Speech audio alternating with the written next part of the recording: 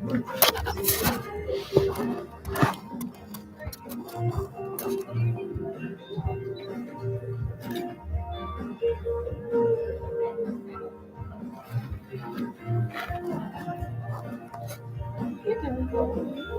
should credit for my class. Did you see students? Oh. There, maybe?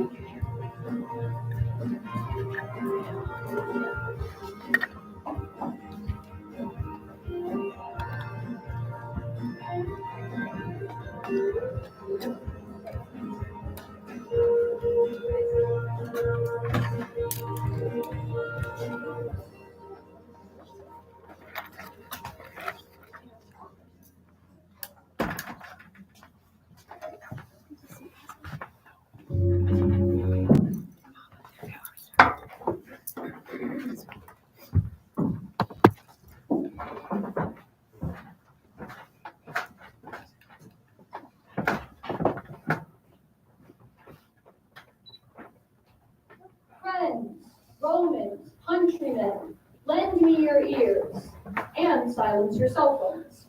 Welcome to Rome, where Caesar has just triumphed over Pompey in a civil war. Some are calling for Caesar to be made sole king, a controversial move in the democracy of Rome, where there are usually two consuls in control of the state. Senators and plebeians alike take to the streets to celebrate Caesar's victory.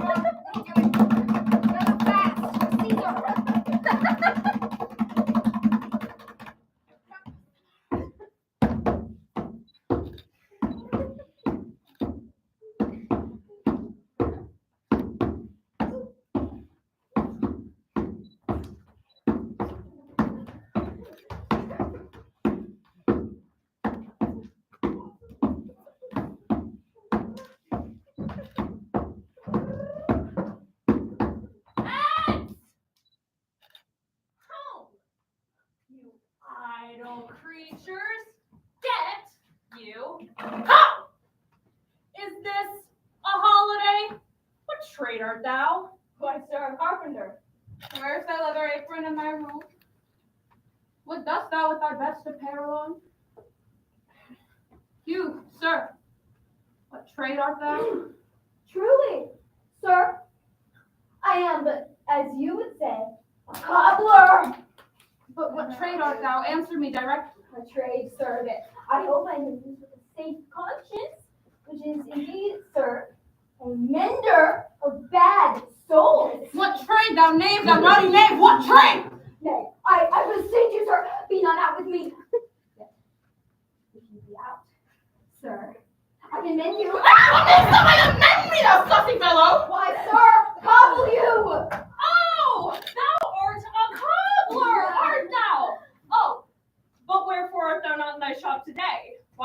we these men about the streets? Truly, sir, to wear out their shoes to get myself into more work.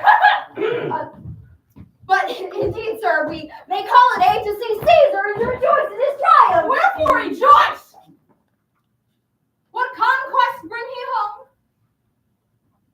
You blocks, you stones, you worse than senseless things. Knew you not Pompey? Many a time and oft have you climbed up to walls and battlements to see great Pompey pass the streets of Rome. And when you saw his chariot butt appear, have you not made a universal shout? And do you now put on your best attire? And do you now strew flowers in his way that comes in triumph over Pompey's blood? Be gone! Go!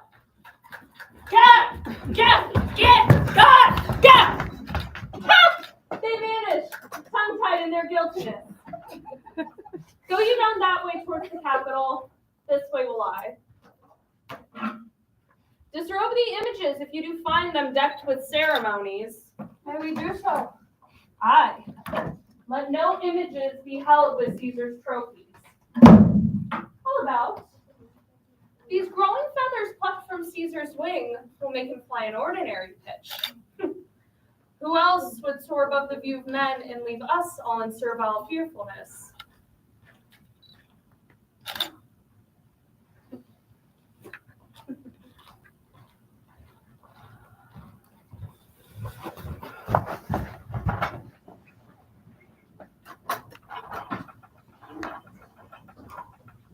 Come on, let's keep going. Keep it up, keep it up. All right. No, you're not fast enough. Let's do some stretches or something. You saw me?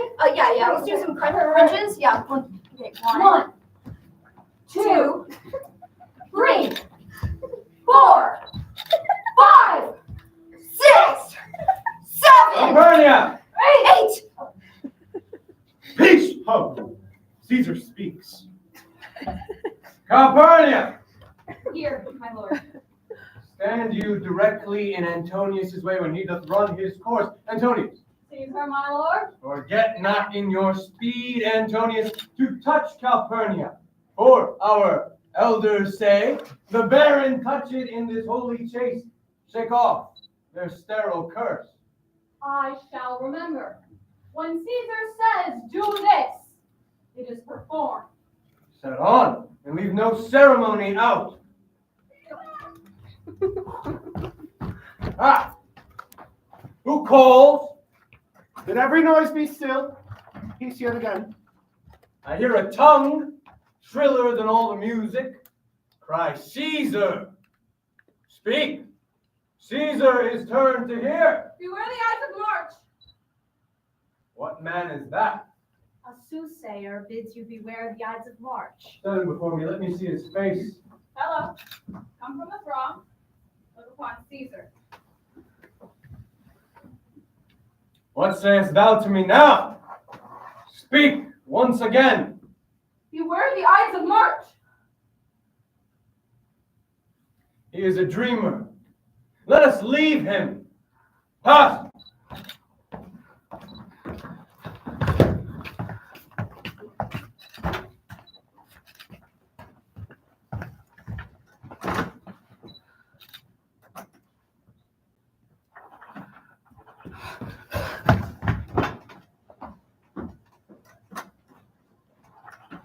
Will you go see the order of the court? Not I. I pray you do. I am not Dave's son. I do lack some part of that quick spirit that is in Antony. I'll leave you. Brutus, I do observe you now of late. You bear too stubborn and too strange a hand over your friend that loves you. Cassius, be not deceived. If I had veiled my look, I turn the trouble of my countenance merely upon myself. Vexed I am of late with passions of some things, deceptions only proper to myself, which gives some soil perhaps to my behavior. But let not therefore my good friends be grieved. Know that Brutus, with himself at war, forgets the shows of love to other men. That I much mistook your passion. By me, Vera, expressed the mind hath carried thoughts of great Great value, worthy cogitations. Tell me, dear Brutus, Can you see your face?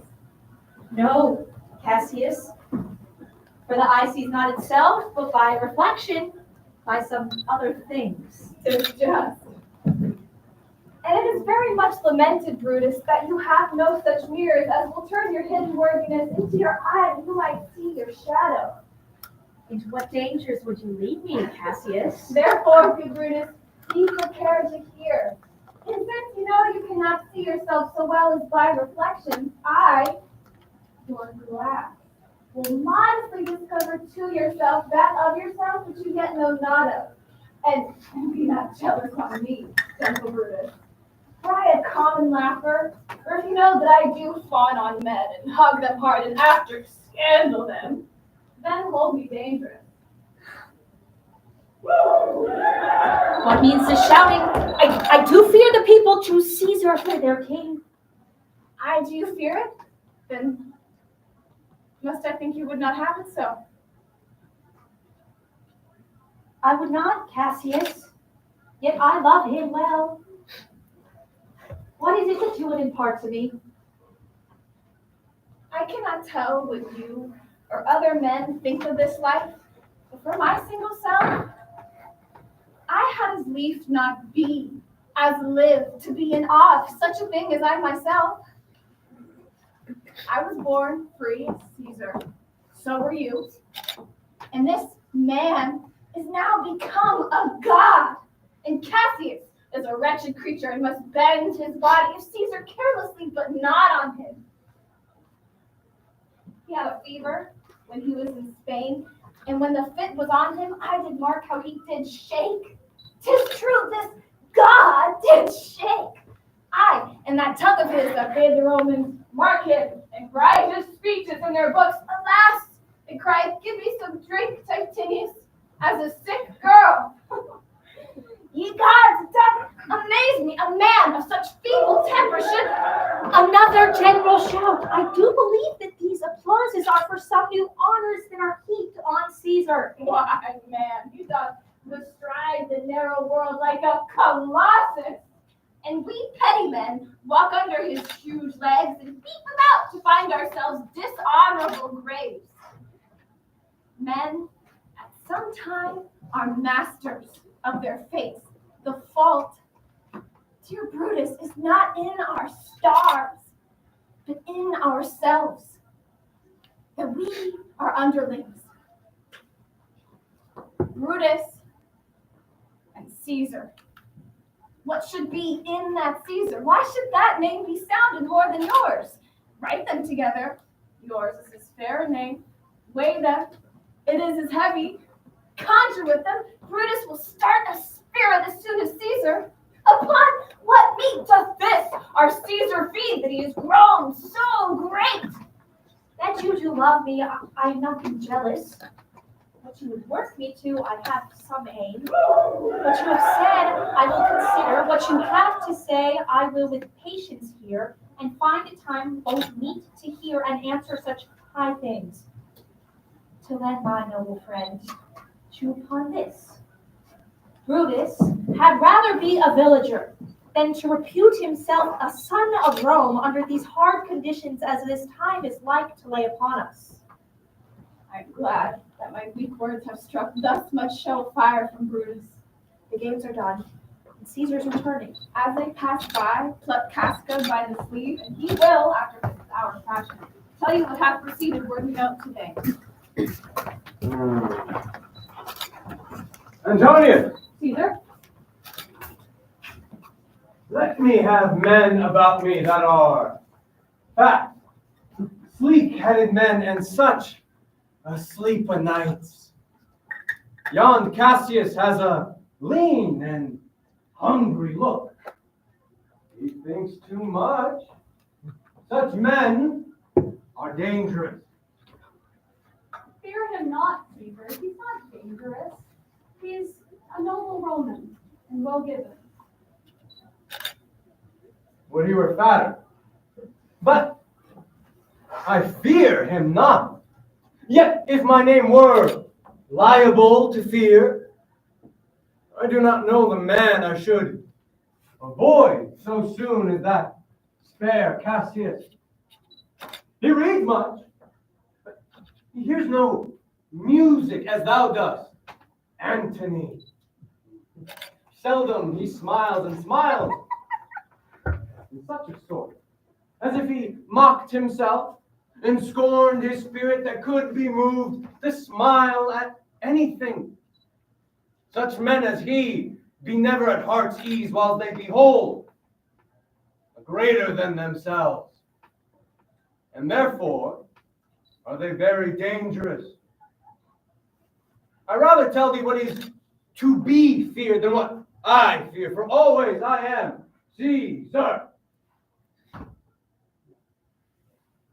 Come on my right hand, for this ear is deaf, and tell me what thou truly thinkst of him.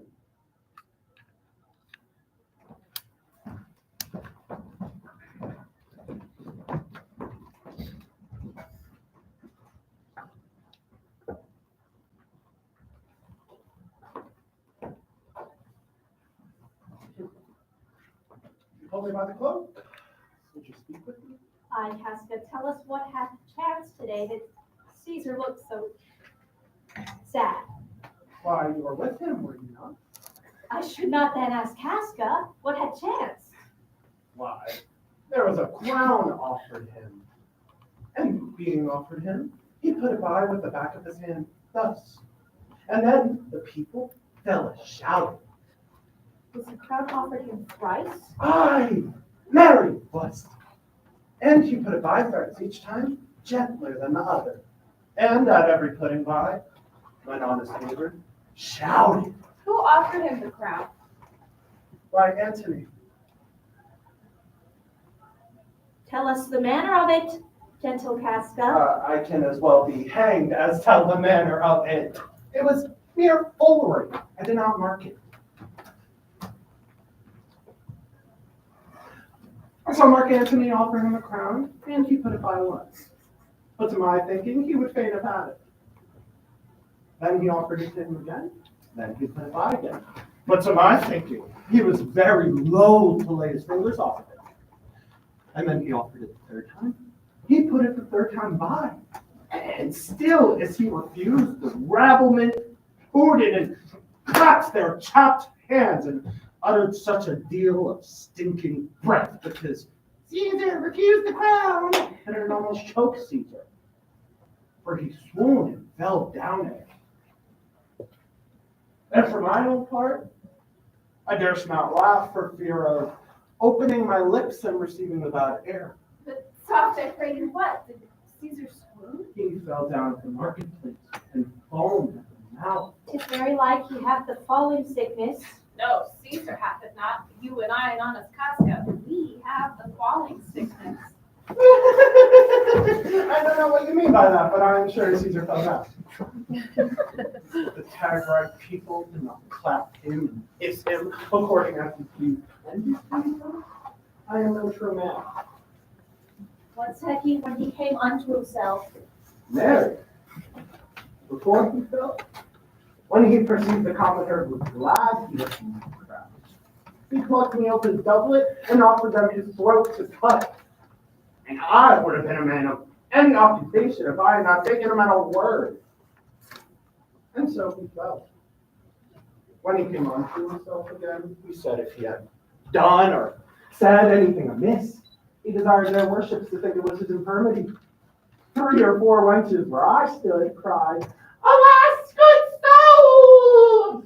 and forgave him with all their hearts.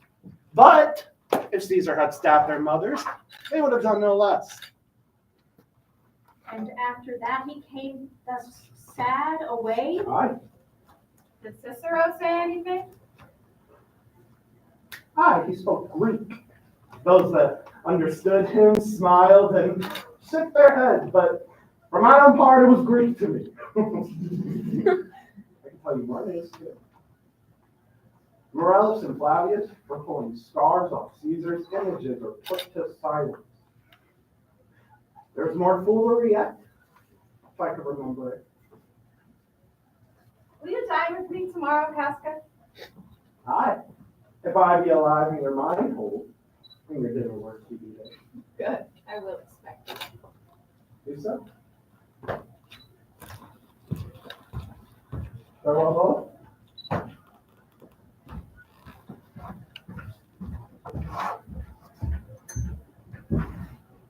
What a blunt fellow is this grown to be? He was a quick mellow when he went to school. How is he now in execution of any bold or noble enterprise? However, he puts on this tardy form. This rudeness is a sauce to his good wit, which gives men's stomachs to digest his words with better appetite. And so it is. For this time I will leave you. Tomorrow, if you please to speak with me, come home to me and I will wait for you. I will do so. Till then, you can be gone.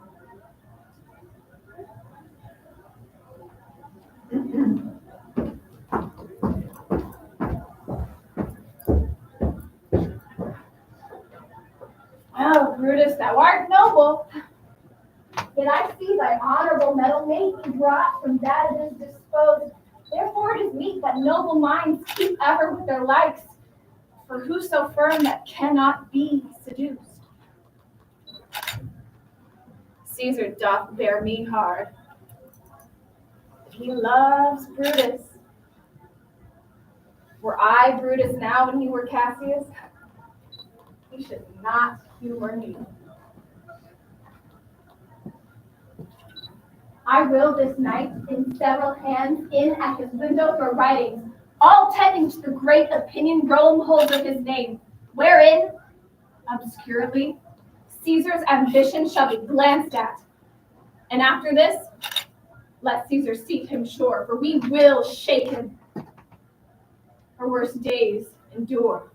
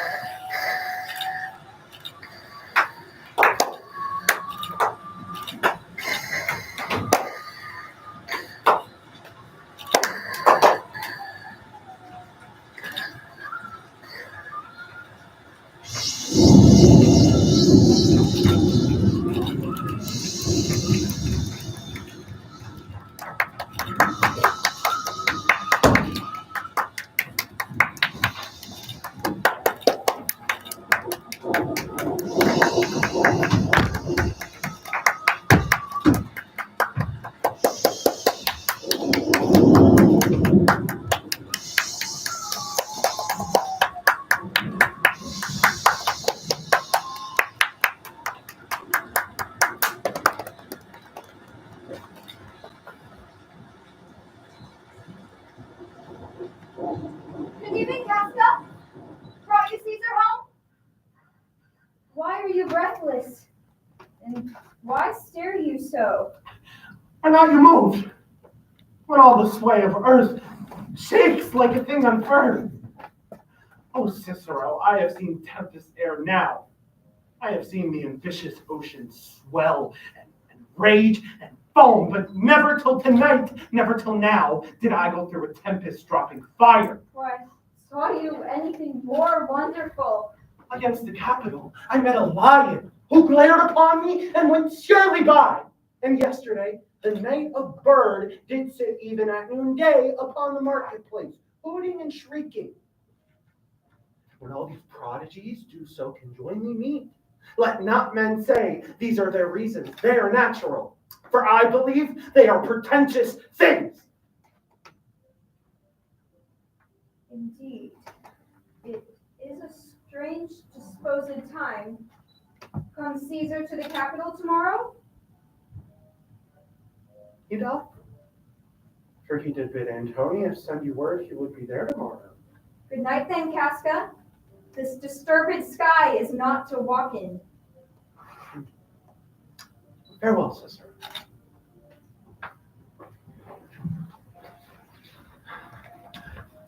Who's there? A Roman. Casca, by your voice. Your ears big. Cassius, what night is this? Whoever knew the heavens meant it so? Those that have known the earth so full of faults. For mine own part, I have walked about the streets, submitting me unto the perilous night. But wherefore did you so much tempt the heavens? It is the part of men to fear and tremble. You are dull, Casca, and those sparks of life that should be in a Roman you do want, or else you use not. You look pale and gaze and put on fear and cast yourself in wonder. But if you would consider the true cause, why all these fires? Why all these gliding ghosts? Why all these things change from their ordinance to monstrous quality? Why then you shall find that heaven hath infused them with these spirits to make them instruments of fear and warning. Now could I, Casca, name to thee a man most like this dreadful night that thunders, lightens, opens graves, and roars, ask not the lion in the Capitol, a man no mightier than thyself or me, and fearful as these strange eruptions are.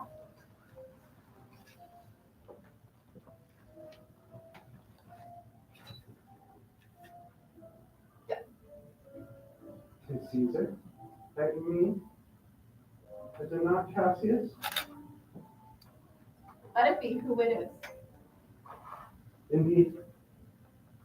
They say the senators tomorrow mean to establish Caesar as a king. I know where I will wear this dagger then. Cassius from bondage will deliver Cassius. Therein, ye gods, you make the weak most strong. Nor stony tower, nor walls of beaten brass can be retentive to the strength of spirit. So every bondman in his own hands bears the power to cancel his captivity. And why should Caesar be a tyrant then? Poor man, I know he would not be a wolf, but that he sees the Romans are but sheep. Oh, what trash is Rome, what rubbish, and what a foe that it serves for the base matter to illuminate so vile a thing as Caesar. Could I perhaps speak this before a willing bondman? You speak to Casca, and to such a man that is no clearing telltale. Oh, man.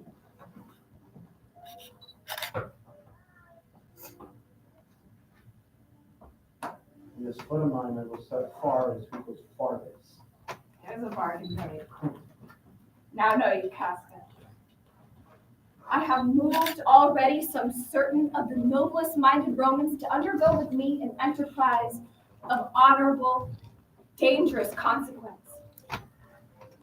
Come, Casca. You and I will yet ere day see Brutus at his house.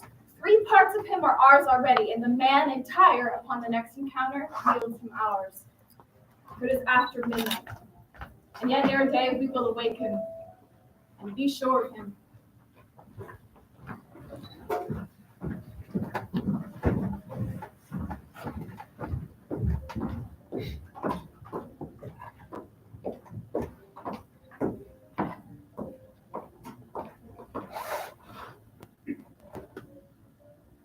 What, Lucius? Oh! I cannot, by the progress of the stars, give guess how near today. Lucius, I say!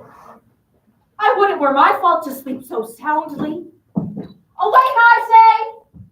What, Lucius? Called you, my lord? Light me a taper in my study, Lucius. I will, my lord.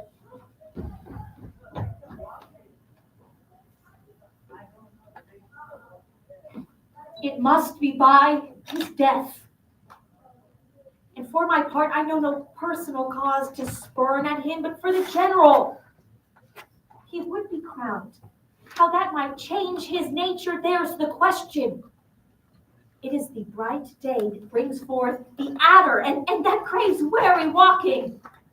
Crown him that, and then I grant we put a sting in him that at his will he may do danger with. The abuse of greatness is when it disjoins remorse from power. And to speak truth of Caesar, I have not known when his affections swayed more than his reason. It is a common proof that lowliness is young ambition's ladder, where to the climber upward turns his face, but when he once attains the utmost round, he then unto the ladder turns his back, looks in the clouds, scorning the base degrees by which he did ascend. So Caesar may, and lest he may prevent, and therefore think him as a serpent's egg, which hatched would as his kind grow mischievous, and kill him in the shell. The taper burning in your closet, sir. Searching the window for flint, I found this paper thus sealed up. Get you to bed again, it is not day. It is not tomorrow, boy. The Ides of March?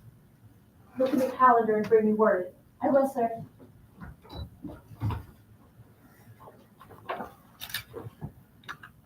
Brutus, thou sleepst, awake and see thyself. Shall Rome, etc., speak, strike, redress? Brutus, thou sleepst, awake. Shall Rome, etc., thus must I piece it out. Shall Rome stand under one man's awe? What Rome?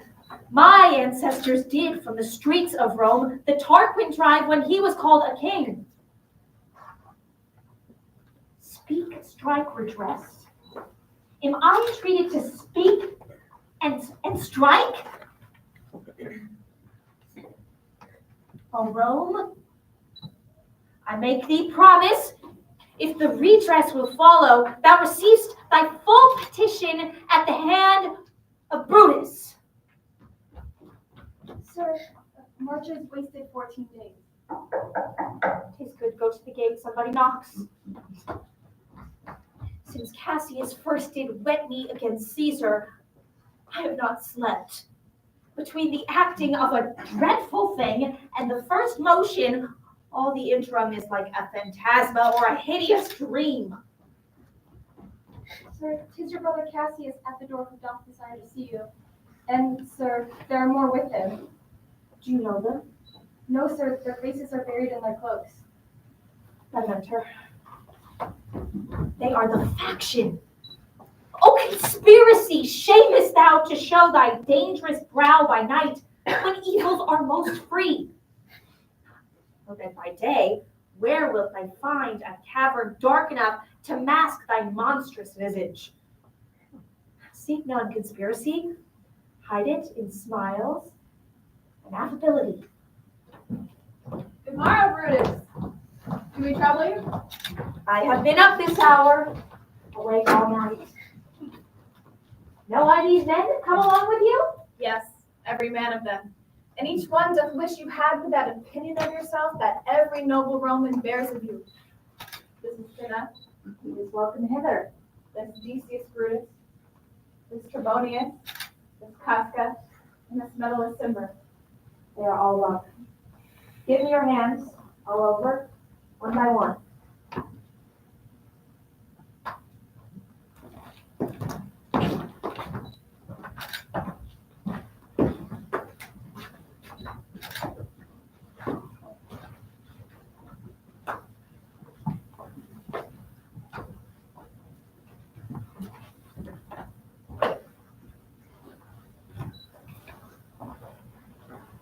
And let us swear our resolution. No, not an oath, if not the face of men, the sufferings of our souls, the times of use. If these be motives new, break off the time, so let high-sided tyranny range on. What need we, any spur but our own cause to prick us to redress? What other bonds can secret Romans that have spoke the word and will not falter? And what other oath than honesty to honesty engaged, that this shall be, or we will fall for it? Stay not the even virtue of our cause to think that, or our cause or our performance did need an oath, when every drop of blood that every Roman bears, and nobly bears, is guilty of a several bastardy, if he do break the smallest particle of any promise that hath passed from him. Shall no man else be touched but only Caesar? Decius, well urged. I think it is not meet Mark Antony, so well beloved of Caesar, should outlive Caesar. We shall find of him a shrewd contriver, so as to prevent, let Antony and Caesar fall together. Our course will seem too bloody, Caius Cassius. To cut the head off and then hack the limbs, like wrath in death, and end me afterwards, for Antony is but a limb of Caesar. Let us be sacrificers, not butchers, Caius. We all stand up against the spirit of Caesar, and in the spirit of men there is no blood. Oh, that we then could come by Caesar's spirit and not dismember Caesar. But alas, Caesar must bleed for it. Gentle friend, let's kill him boldly, but not wrathfully. Let's carve him as a dish fit for the gods, not hew him as a carcass fit for hounds. Our purpose necessary and not envious. We shall be called perjurers, not murderers. Mark Antony, do not think of him, for he can do no more than Caesar's head, than Caesar's arm, when Caesar's head is off. Yet I fear him, for in the ingrafted love he bears to Alas, Caesar. Lord Cassius, do not think of him. If he loves Caesar, all that he can do is to himself take thought and die for Caesar. And that would much he should, for he's taking sports to wildness and much company. There is no fear in him. Let him not die, for he will live and laugh at this hereafter. Peace, count the clock. The clock hath stricken 3. 'Tis time to part. But it is doubtful whether or not Caesar will come forth today, or no, for he is superstitious chronically. The unaccustomed terror of this night may hold him from the capital today. Never fear that. If he be so resolved, I can persuade him. For he loves to hear that unicorns may be betrayed with trees, lions with toils, and men with flatterers. But when I say he hates flatterers, he says he does, being then most flattered. Let me work. I will bring him to the capital. Nay, we will all of us be there to fetch him. Caius Sugarius doth bear Caesar hard. Wonder none of you have thought of him? Send him but hither, and I'll fashion him. The morning comes upon us. We'll leave you, Brutus. Friends, disperse yourselves, but all remember what you have said, and show yourselves true Romans. Good gentlemen, look fresh and merrily, let not our looks put on our purposes. And so good morrow to you, everyone.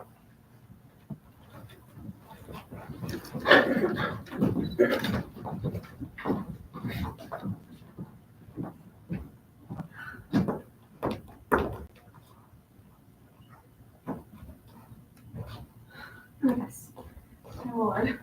Push up. What mean you? Ungently, Brutus stole from my bed. And yesterday at supper, you suddenly arose and walked about, musing and sighing with your arms across. And when I asked you what the matter was, you stared on me with ungentle looks.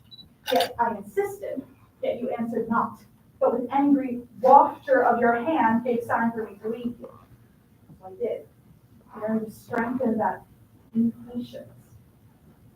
It will not let you eat, nor talk, nor sleep, and could it work so much upon your shape as it hath much prevailed on your condition? I should not know you, Brutus. Lord, maybe we acquainted the cause of grief. I'm not well in health, and that is all. Brutus is wise. Good Portia, go to bed. Is Brutus sick? And is it physical to walk unbraced and suck up the humors of the dank morning? What, is Brutus sick? And should he steal out of his wholesome bed to dare the vile contagion of the night to add unto his sickness?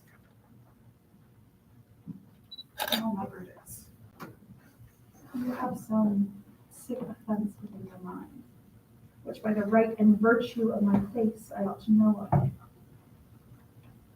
And upon my knees I charm you by my once commended beauty, by all your vows of love, and that great vow which did intertwine and make us one, that you unfold to me yourself, your half, why you are heavy, and what men tonight have had to resort to you. For here have been some 6 or 7 that did hide their faces even from darkness. Kneel not, gentle Portia. I should not need if you were gentle Brutus. Within the bond of marriage, tell me, Brutus, is it accepted I should know no secrets that appertain to you? Am I yourself to keep with you at meals, comfort your bed, and talk to you sometimes? Dwell I within the suburbs of your good pleasure? To be no more, Portia is Brutus's harlot, not his wife. You are my true and honorable wife. As dear to me as are the ruddy drops that visit my sad heart. If this were true, then should I know this secret. Tell me your counsels. I'll not disclose them.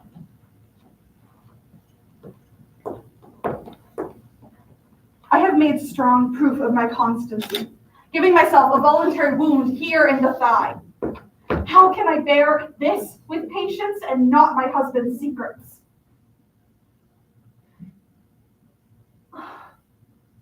Oh, ye gods, render me worthy of this noble wife. Your cock. Someone knocks, Portia, go in a while, and by, thy bosom shall partake the secrets of my heart. All my engagements I will construe to thee. Leave me with haste.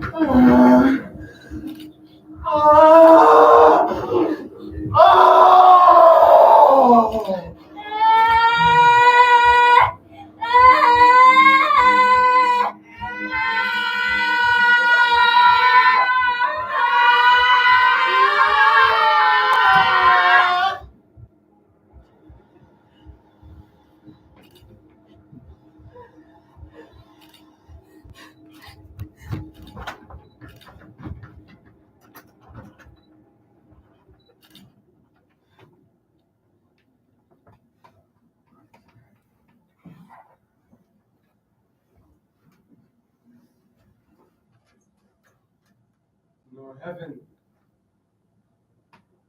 Your earth have been at peace tonight. Thrice hath Calpurnia cried out in her sleep, help ho! They murder Caesar. Who's within? What mean you, Caesar? Think you walk forth? You shall not stir out of your house today. Caesar shall forth. The things that threaten me ne'er look but on my back. And when they shall see the face of Caesar, they will vanish.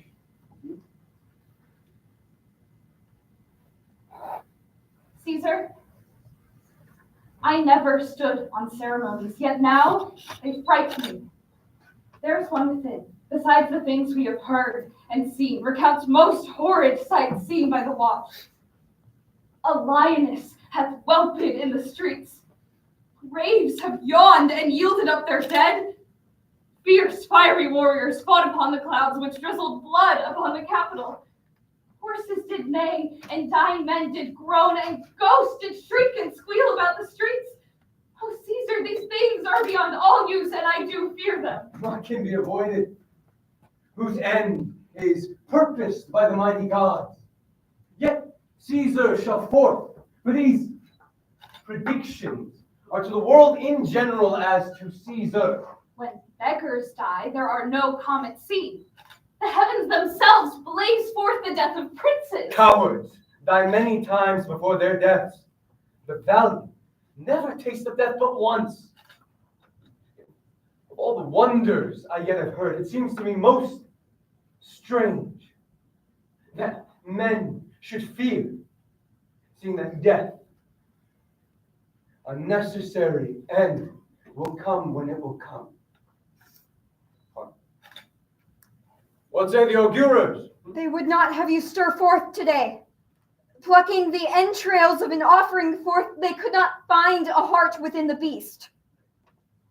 The gods do this in shame of cowardice. Caesar shall be a beast without a heart if he shall stay at home today. For fear.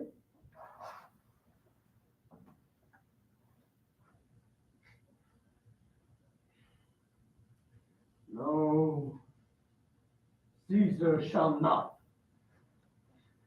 Danger knows full well that Caesar is more dangerous than he. We are two lions littered in one day, and I, the elder, and more terrible. And so Caesar shall forth. Alas, my lord, your wisdom is consumed in confidence. Do not go forth today.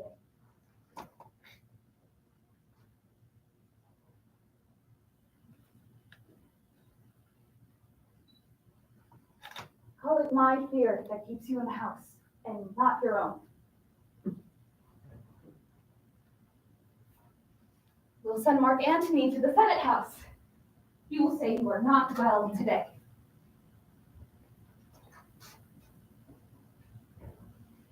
Let me, upon my knee, prevail in this.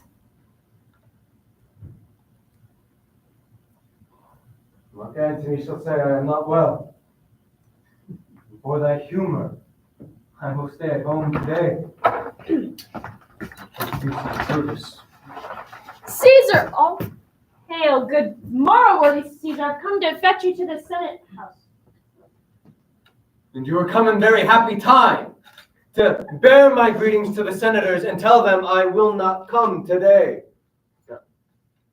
Cannot is false, and that I dare not, false, sir. I will not come. Tell them so, Decius. Say he is sick. And shall Caesar send a lie? Go tell them I will not come, Decius. Most mighty Caesar, let me know some cause, lest I be laughed at when I tell them so. The cause is in my will.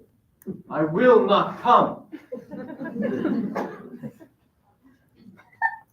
Now, because I love you, I will tell you. Calpurnia here, my wife, stays me at home. She dreamt tonight she saw my statue. It's like a fountain with 100 spouts that run. pure blood. And many lusty Romans came smiling, and they bathed their hands in it. And these the she applied for warnings and portents and evils imminent, and on her knee hath begged me to stay at home today. This dream is all misinterpreted. It was a vision fair and fortunate. Your statue spouting blood in many pipes signifies that from you great Rome shall suck reviving blood. This by her dream is signified. In this way have you well expounded it. I have. You've heard what I can say. And know it now, the Senate have concluded to give this day a crown to mighty Caesar. If you shall send them word you will not come, their minds may change. Besides, it were a mock act to be rendered for someone to say, break up the Senate till another time when Caesar's wife shall meet with better dreams. If Caesar hide himself, shall they not whisper, lo, Caesar is afraid? Pardon me, Caesar. My dear, dear love to your proceeding bids me to tell you this. And reason to my love is liable. How foolishly you're fiercing now, Calpurnia. I am shamed I did yield to them. The morrow, Caesar. Welcome, medalists. What? Brutus, are you stirred so early too? What is the clock? Caesar 'tis struck an 8. I thank you for your pains and courtesy. See, Mark Antony that revels long the night is not withstanding. Good morrow, Antony. So too, most noble Caesar.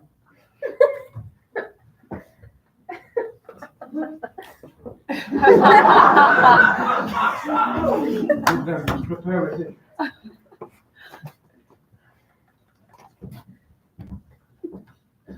I am to blame to be thus waited for. Good friends, go in and taste some wine with me, and then we, like friends, shall straightway go together.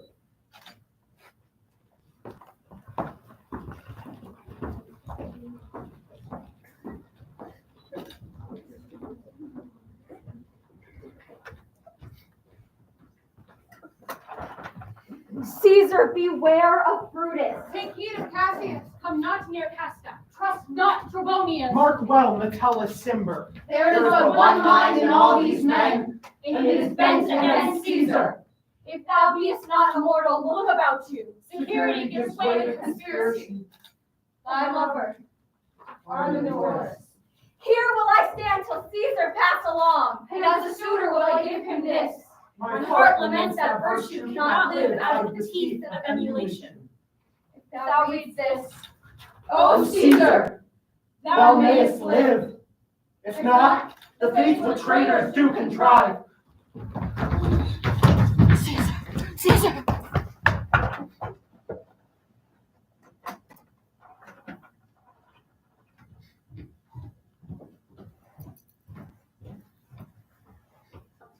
Lucius? Boy! Did he get to the capital? Why dost thou stay? No, my errand, madam. I would have had thee there and here again ere I could tell thee what thou shouldst do there. Constancy is strong upon my sides, and a huge mountain between my heart and tongue. Art thou here yet? Madam, what should I do? Run to the capital and nothing else? And so return to you and nothing else? Yes. Bring me word, boy, if thy lord look well, for he went sickly forth. And take good note what Caesar done. Caesar. Hark, boy. What noise is that? I hear none, madam. Prithee, listen well. Sooth, madam, I hear nothing. Come hither, fellow. Which way hast thou been? In mine own house, good lady. Is Caesar yet gone to the capital? Madam, not yet. I go to see him pass on to the capital. I shall beseech him to befriend himself. Why? Knowest thou of any harm intended towards him? None that I know will be much that I fear may chance.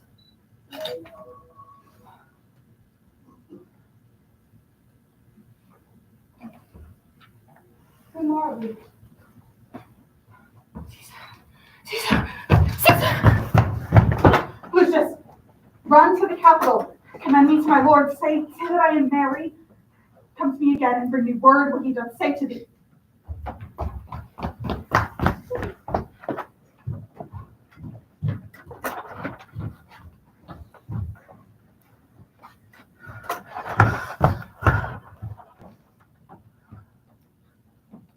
The Ides of March are come. Aye, Caesar, but not gone.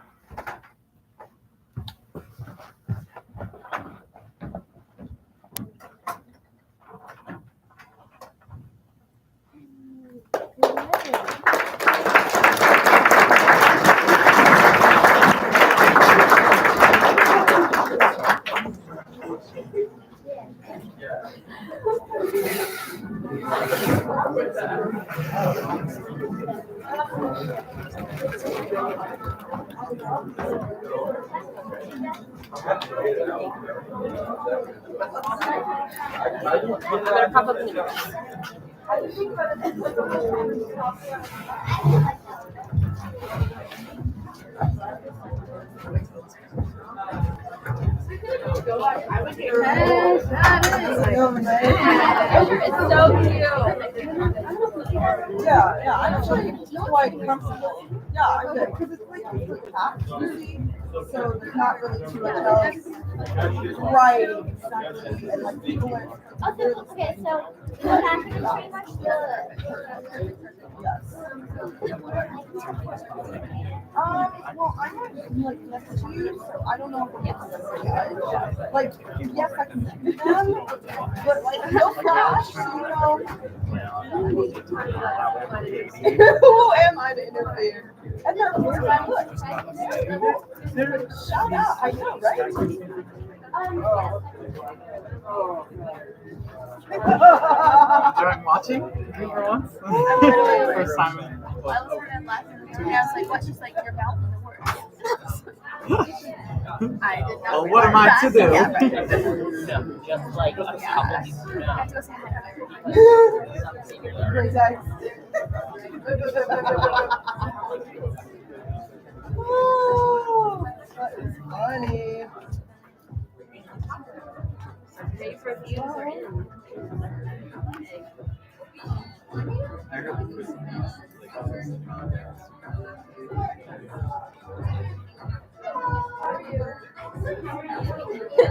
yeah, what?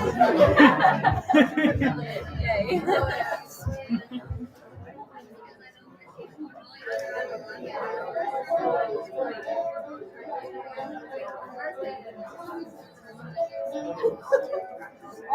Always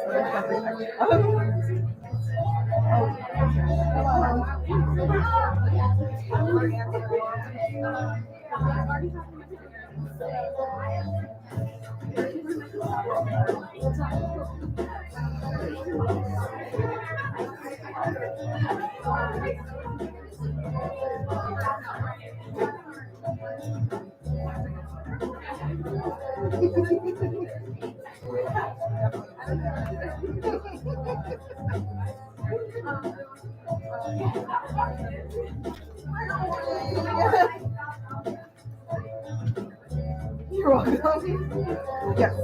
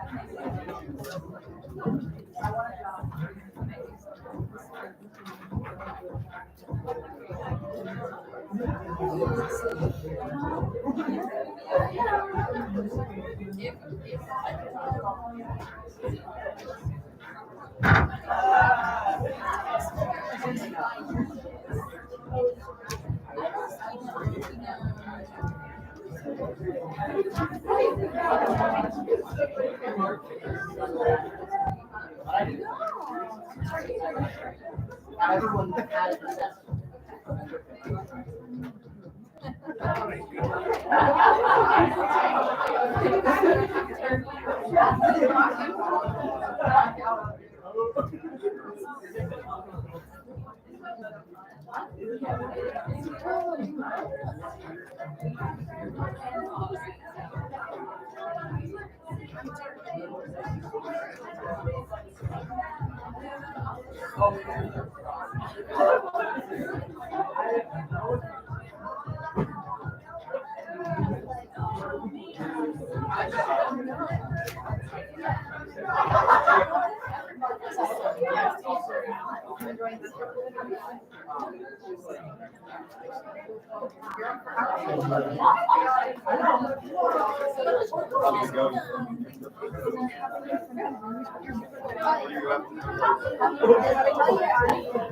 She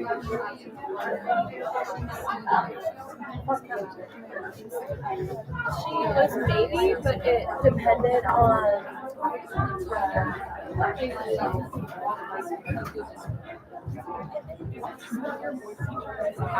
Yeah. We were both there on Wednesday. That's insane. That's so sick. Have you seen him yet? No, actually, He is. I was like, no. I've heard you.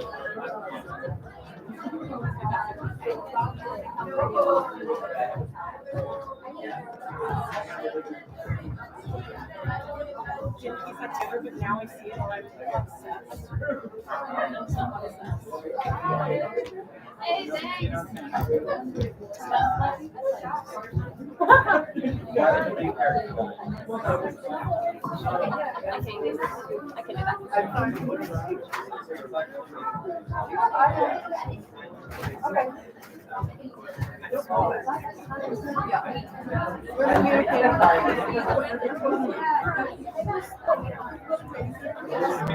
So people are I was like, oh.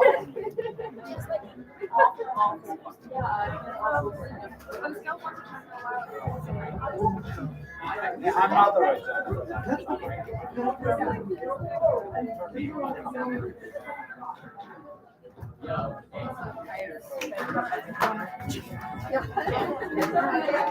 I saw that Instagram you on your page yesterday. Like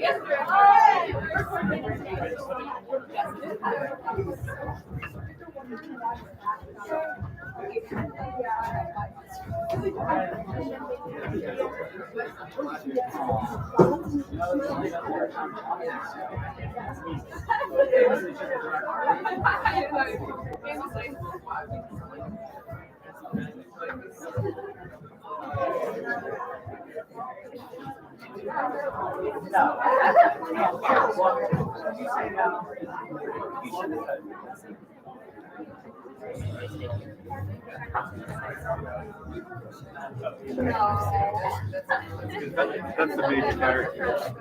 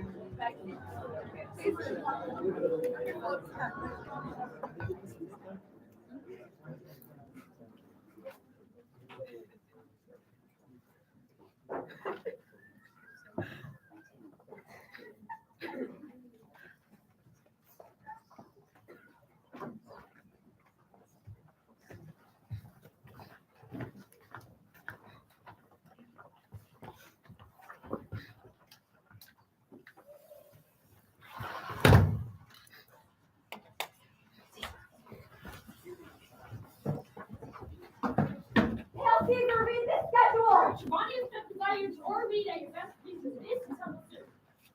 Oh, Caesar, read my first. To mine, I do not touch it, Caesar, here. Read it, great Caesar. What touches us ourselves shall be last served. Delay not, Caesar. Read it instantly. So some are mad. what? Urging your petitions in the street? Come to the castle. Go! Off! Go! Now!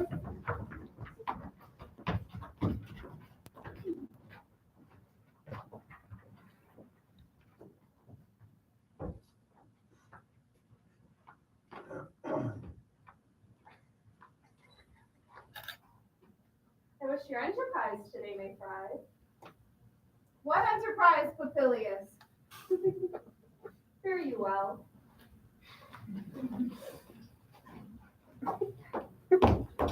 What said Julius, Lena? He said he wished today our enterprise might thrive.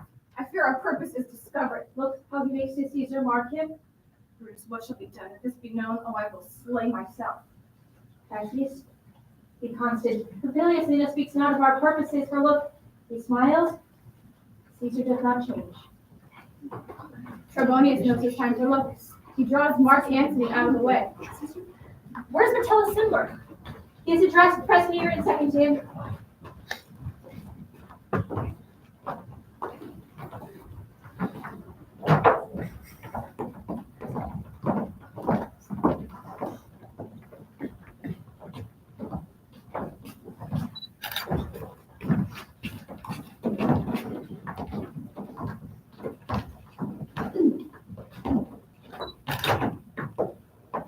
Are we all ready? What is now amiss that Caesar and his Senate must redress? Most high, most mighty, most puissant Caesar, Metellus Cimber throws before thy I must prevent thee, Cimber. These couchings and these lowly courtesies may fire the blood of ordinary men.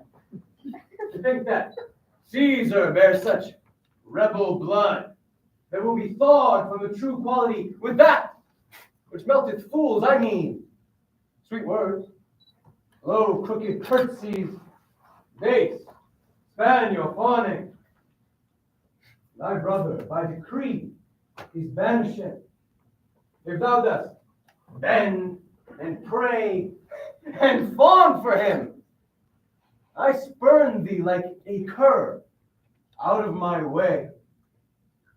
No, Caesar doth not wrong, nor without cause will he be satisfied. Is there no voice more worthy than my own to sound so sweetly in great Caesar's ear for the banishment of my brother? I kiss thine hand, but not in flattery, desiring thee that Publius Cimber may have an immediate freedom of repeal. Pardon, Caesar. Caesar, pardon. As low as to thy foot doth Cassius fall, to beg enfranchisement for Publius Cimber. I could be well moved if I were as you. If prayers could move me, I could pray to move. But I am constant as the northern star. The sky is painted with unnumbered sparks. Each one is fire, and every one doth shine, but there is but one that holds its place, and that I am he. Let me a little show even in this, that I was constant, Cimber should be banished, and constant do I remain to keep him so. Oh, Caesar. Hands wilt thou lift up, Olympus? Great Caesar. Doth not Brutus bootless kneel? Speak hands for me! Ah! Ah! Ah! Ah! Ah! Ah!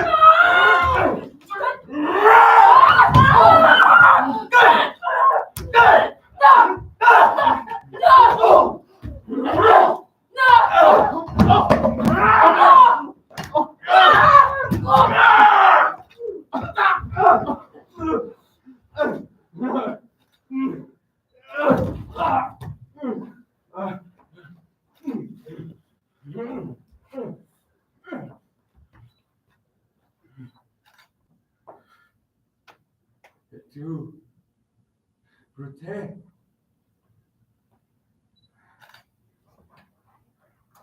Men fall, Caesar. Liberty!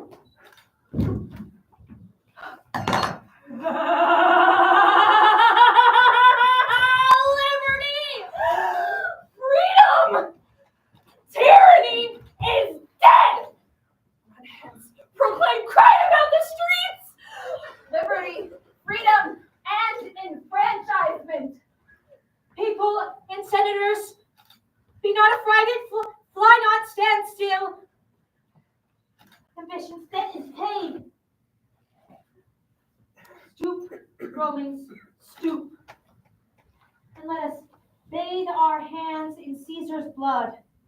Then walk we forth even to the marketplace, and waving our red weapons o'er our heads, let all cry, peace, freedom, and liberty.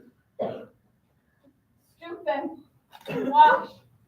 How many ages hence shall this, our lofty scene, be acted over, in accents yet unknown and states yet unformed? So often shall the not of us be called the men that gave their country liberty. When shall we forth? Every man away.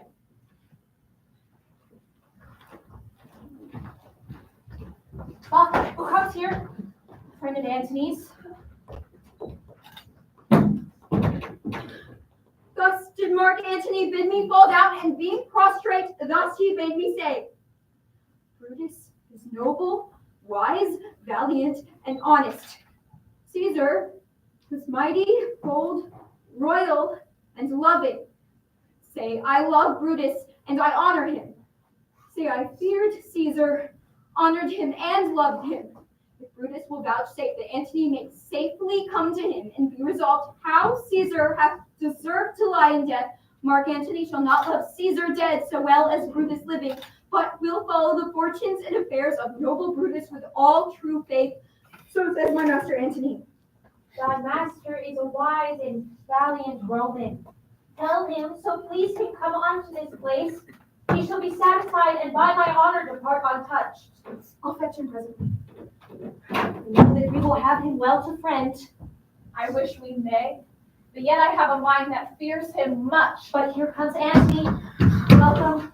Almighty Caesar! Dost thou lie so low? Are all thy conquests, glories, triumphs, spoils shrunk to this little measure?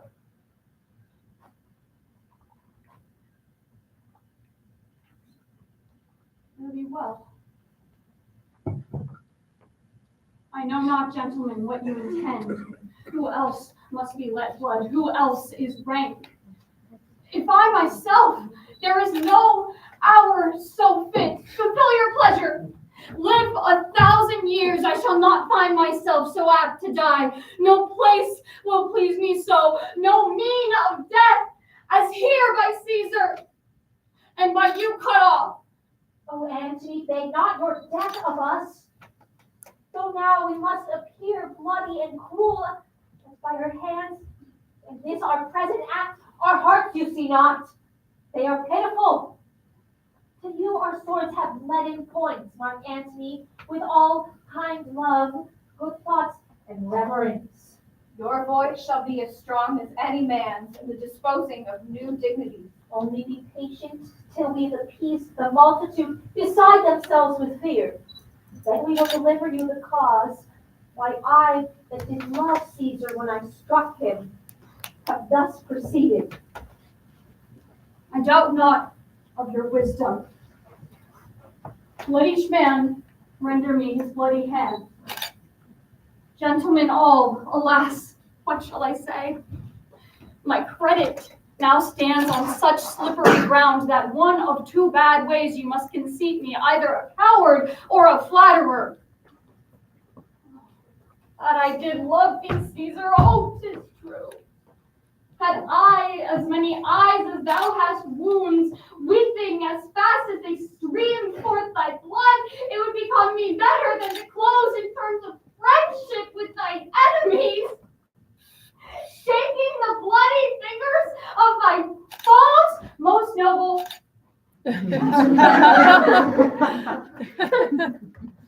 In the presence of thy corpse. Pardon me, Julius. Mark Antony. Pardon me, Caius Cassius. The enemies of Caesar shall say this. Then in a friend, it is cold modesty. I blame you not for praising Caesar so. But what compact mean you to have with us? Therefore I took your hands, but was indeed swayed from the point by looking down on Caesar. Friends am I with you all, and love you all. Upon this hope you shall give me reasons why and wherein Caesar was dangerous. Or else this were a savage spectacle. Our reasons are so full of good regard, you should be satisfied. That's all I seek. And now, moreover, sooner as I introduce his body to the marketplace, and in the pulpit as becomes a friend, speak in the order of his funeral. You shall, Mark Antony. Brutus, a word. You know not what you do. Do not consent Mark Antony speak in his funeral. Know you how much the people may be moved by that which he will utter? On your pardon, I will myself get to the pulpit first and show the reason of our Caesar's death. When Antony shall speak, I will protest. He speaks by leave and by permission. It shall advantage more than do us wrong. Mark Antony, here, take you Caesar's body. You shall not, in your funeral speech, blame us, but speak all good you can devise of Caesar, and say you do it by our permission after my speech is ended. Good son, I do desire no more. Prepare the body then, and follow us.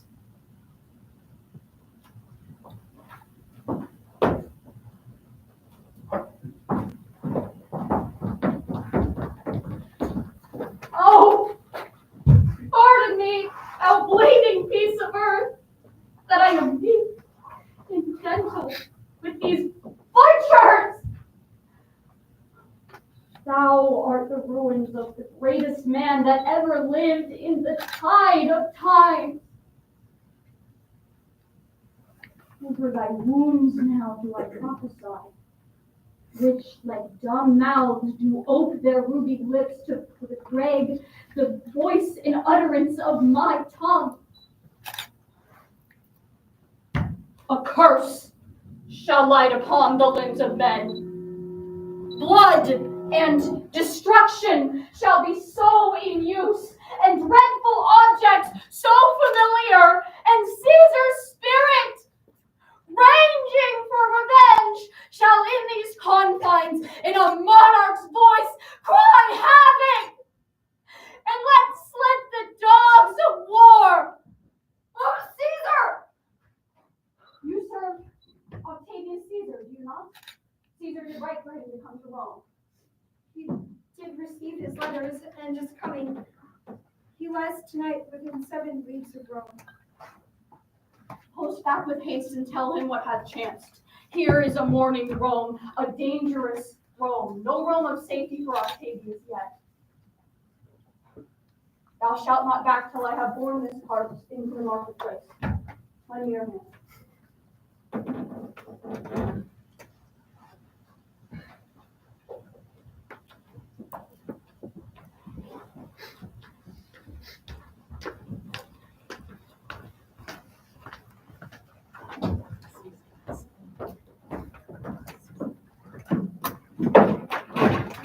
We will be satisfied. Let us be satisfied! Let us be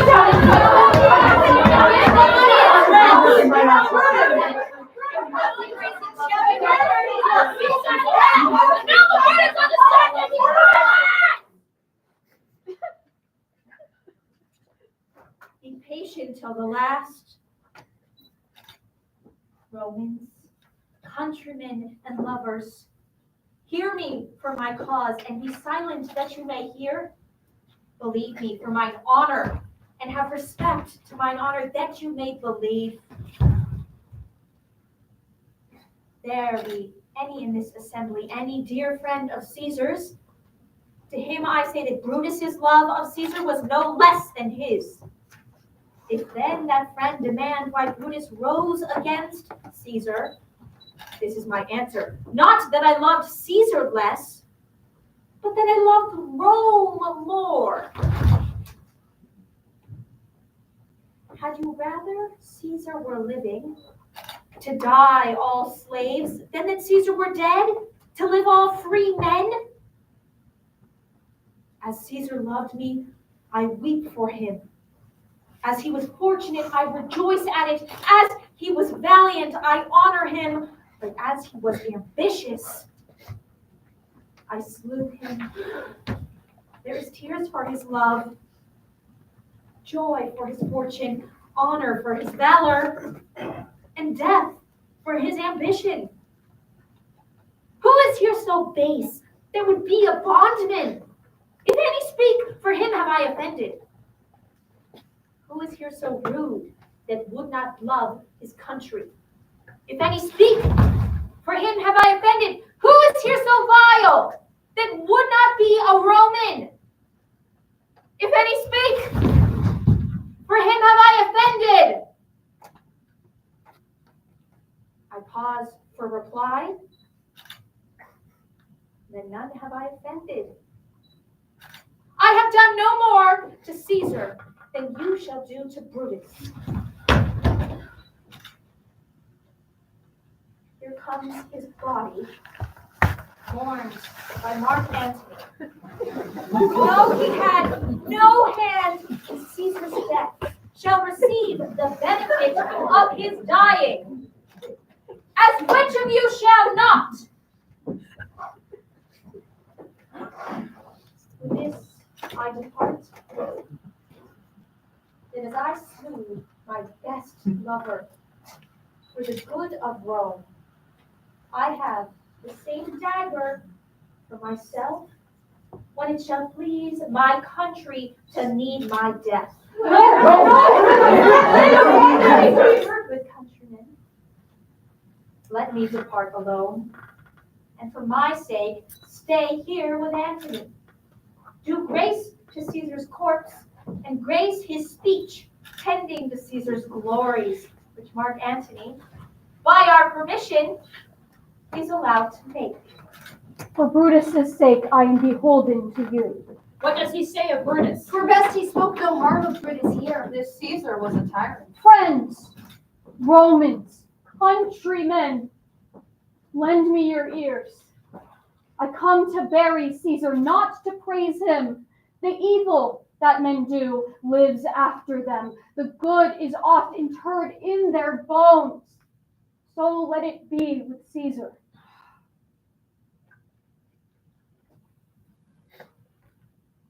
The noble Brutus hath told you that Caesar was ambitious.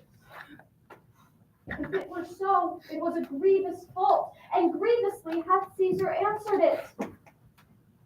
Here, under leave of Brutus and the rest, come I to speak in Caesar's funeral. He was my friend, faithful and just to me. Yet Brutus says he was ambitious, and Brutus is an honorable man. When that the poor have cried, Caesar hath wept. Did this in Caesar seem ambitious? Ambition should be made of sterner stuff. I thrice presented him a kingly crown, which he did thrice refuse. Was this ambition?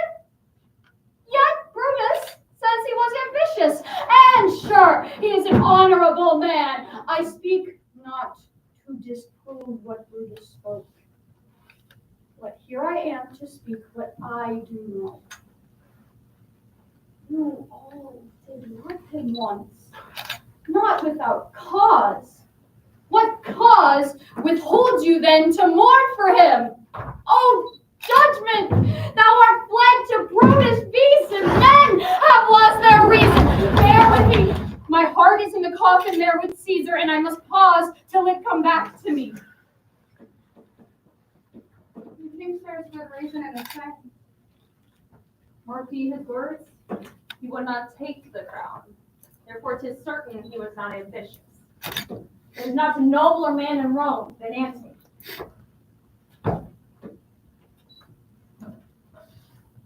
But yesterday, the word of Caesar might have stood against the world. Now lies he there. Masters, if I were disposed to stir your hearts and minds to mutiny and rage, I should do Brutus wrong and Cassius wrong, who you all know are honorable men. I will not do them wrong. I rather choose to wrong the dead, to wrong myself and you, than I will wrong such honorable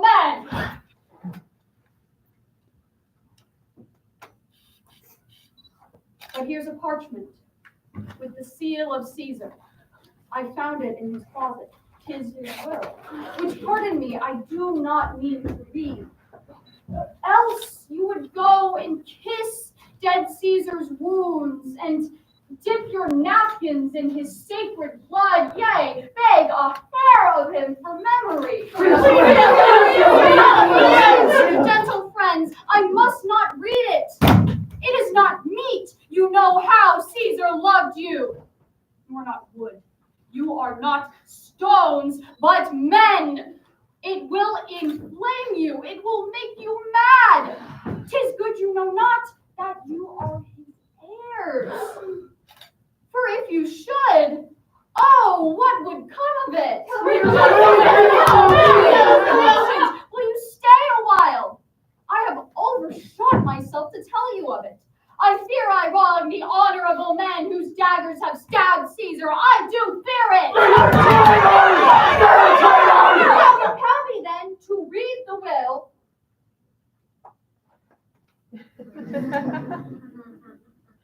Then make a ring about the corpse of Caesar. Shall I descend? And will you give me leave?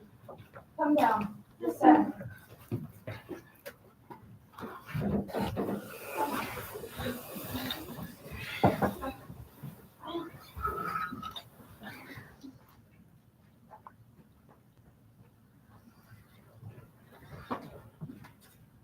If you have tears, prepare to shed them now. Look. Through this place ran Cassius's dagger through. Through this, the well-beloved Brutus stabbed. Mark how the blood of Caesar followed it. Yet Brutus, as you know, was Caesar's angel. Judge, oh you gods, how dearly Caesar loved him. This was the most unkindest cut of all. For when the noble Caesar saw him stabbed, ingratitude, more strong than traitor's arms, quite vanquished him. Then burst his mighty heart. Oh, what a fall is there, my countrymen! Here is himself, marred, as you see, with traitors. Stay, countrymen, good friends, sweet friends. Let me not stir you up to such a sudden flood of mutiny. They that have done this deed are honorable. I come not, friends, to steal away your hearts. I am no orator, as Brutus. But as you know me all, a plain, blunt man that love my friends. That they know full well, for I have neither words nor power of speech to stir men's blood. I only speak right on. Show you, sweet Caesar's wounds, poor dumb mouths, and bid then speak for me. For I, Brutus, and Brutus, Antony. There were an Antony would ruffle up your spirits and put a tongue in every wound of Caesar that should move the stones of Rome to rise and mutiny!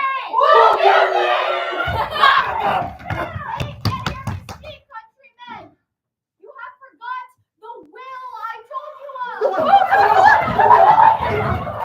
Here is the will, and under Caesar's seal, to every Roman citizen he gives, to every several man, 75 drachmas. Here was a Caesar. When comes such another?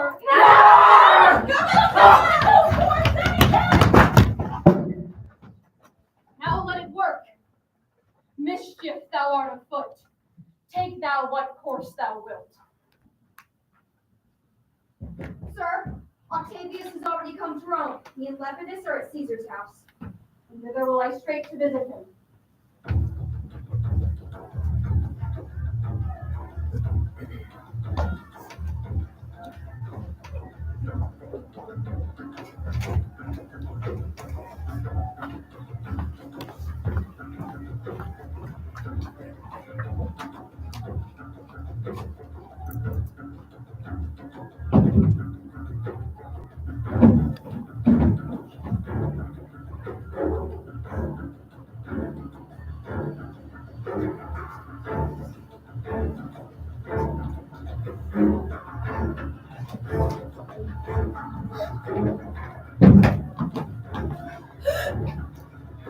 No.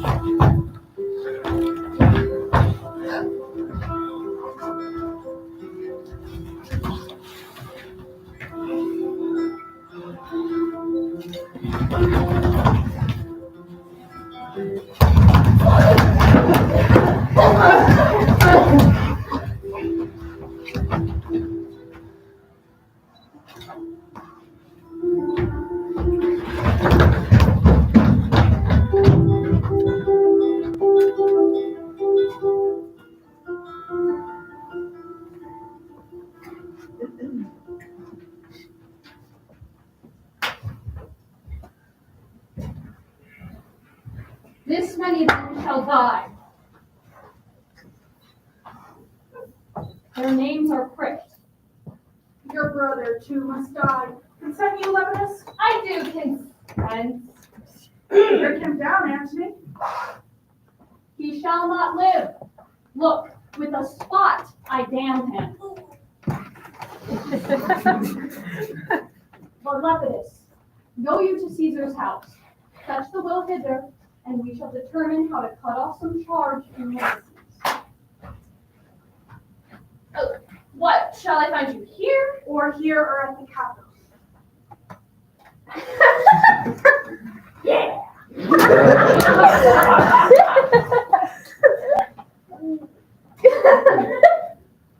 This is a slight, unmeritable man, meant to be sent on errands. Is it meet, the threefold world divided, that he should stand as one of the three to share it? So thought you. And took his voice who should be pricked to die? Though we lay these honors on this man, he shall but bear them as the ass bears gold, to groan and sweat under the business. Then take we off his load and turn him off like to the empty ass, to shake his ears and graze in pastures. You may think your will, but he's a tried and valiant soldier. So is my horse Octavius. And for that I do appoint him store of provender. It is a creature that I teach to fight, to wind, to stop, to run directly on, his corporal motion governed by my spirit. And in some case, his Lepidus but so. But Octavius, Brutus and Cassius are levying cowards. We must make straight head. Therefore, let our alliance be combined, our best friends made, our means stretched, and let us presently go sit in council. Let us do so, for we are at the stake and bait about with many enemies. And those that smile have in their hearts, I fear, millions of mischiefs.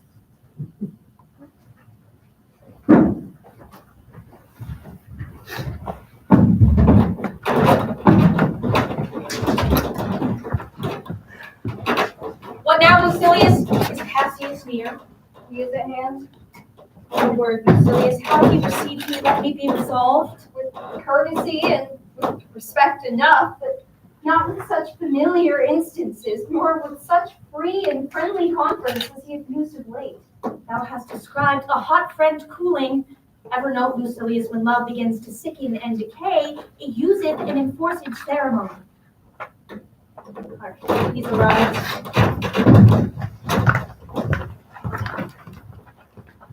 Most noble brother, you have done me wrong. Judge me, you gods! Wrong I mine enemies, and if not so, how should I wrong a brother? Brutus, this sober form of yours. Cassius, be content. Speak your grief softly, I do know you well. Before the eyes of both our armies here, which should perceive nothing but love from us, let us not wrangle, we can move away. Then, in my tent, Cassius, enlarge your griefs, and I will give you audience. There's bid our commanders lead their charges off a little from the ground. Lucilius, you do the like.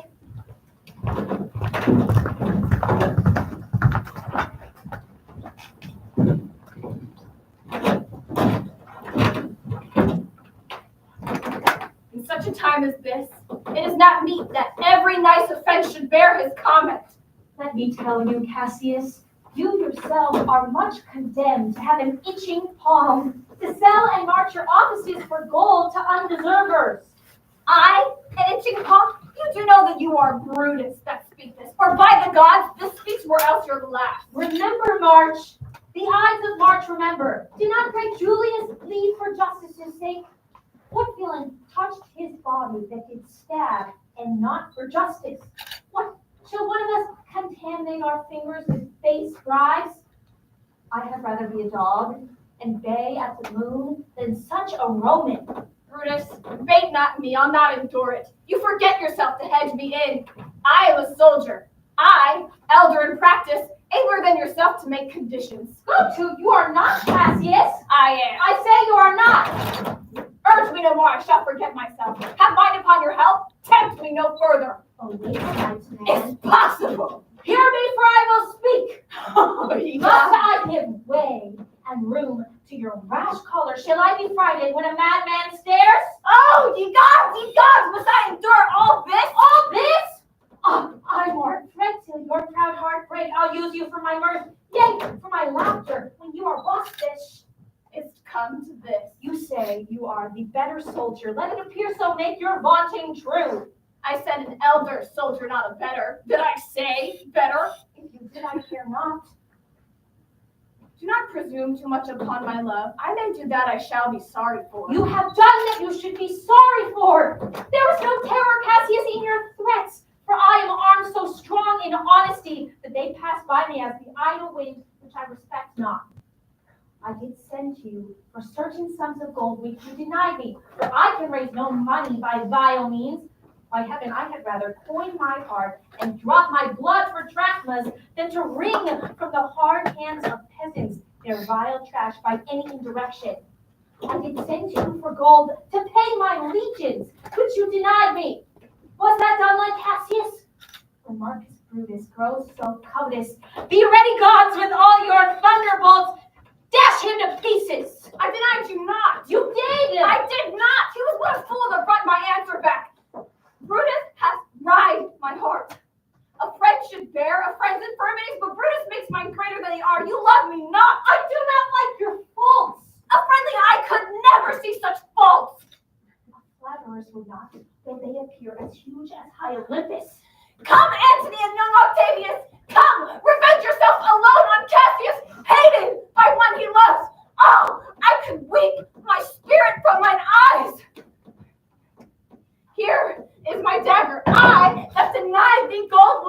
my heart, strike! As thou didst Caesar, for I know when thou did hate him the worst, thou lovest him better than ever did thou love Cassius. Sheathe your dagger. Speak your grief softly, I do know you well. Be angry when you will. It shall have scope. Do what you will. Dishonor shall be humor. Cassius, you are yoked with a lamb that carries anger as the flint bears fire. Much as force it shows a hasty spark, and straight is cold again. Hath Cassius lived to be but mirth and laughter to his Brutus, when grief and blood ill-tempered vexeth him? I said that I was ill-tempered too. Do you admit so much? Give me your hand. My heart too. Brutus, I did not think you could have been so angry. Oh, Cassius, I am sick of so many griefs. No man bears sorrow better. Portia is dead. Portia. She is dead. I escaped by killing when I crossed you so. Oh, insupportable and touching loss. Upon one sickness. Impatient of my absence and grief that young Octavius with Mark Antony have made themselves so strong. For with her death that tidings came. With this she fell distracted, and her attendants absent, swallowed fire, and died so. Even so. Oh, you mortal gods! Speak no more of her. Lucius! A bold one. In this I bury all unkindness, Cassius. Fill, Lucius, till wine overswell the cup. I cannot drink too much of Brutus's love. Titinius, come in. Welcome to the Sala. No more, I pray you. Sala, I have here received letters that Octavius with Mark Antony come down upon us with a mighty power, bending their expedition toward Philippi. Myself have letters of the self-same tenor. Antony, Octavius, Lepidus have put to death 100 senators. Therein our letters do not well agree. Mine speak of 70 senators that died by their prescriptions. Cicero being one. Cicero won? Cicero's dead.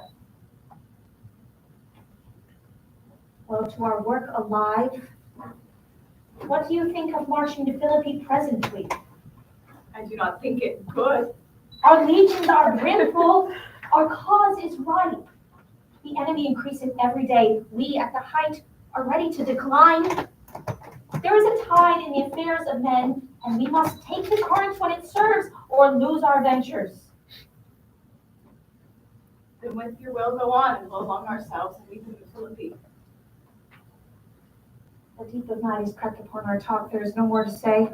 No more. Good night. Farewell, Venezuela. Good night, Titinius.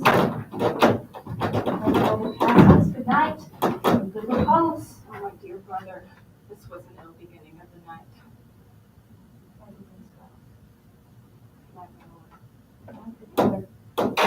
Good night, Lord Jesus. Farewell, everyone. Where is thy instrument? Here in the head. What? Thou speaks drowsily? I think you not. Thou art overwatched. Call Claudius and some other of my men. I'll have them sleep on cushions in my tent. Borrow, Claudius! Calls my lord. I pray you, sirs, lie in my tent and sleep, and maybe I shall raise you by and by on business to my brother Cassius.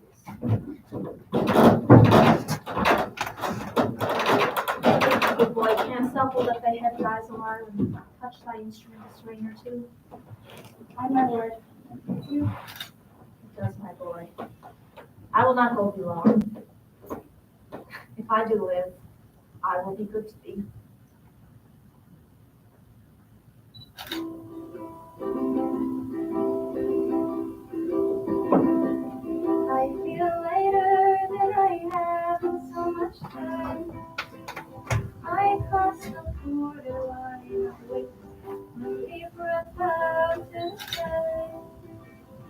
I reach wherever I know that I can come to.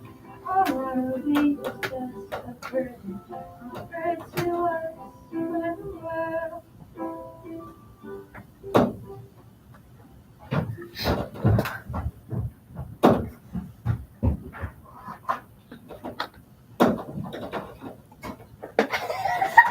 This is a sleepy tune. A murderous slumber. Layest thou thy leaden mace upon my boy who plays the music?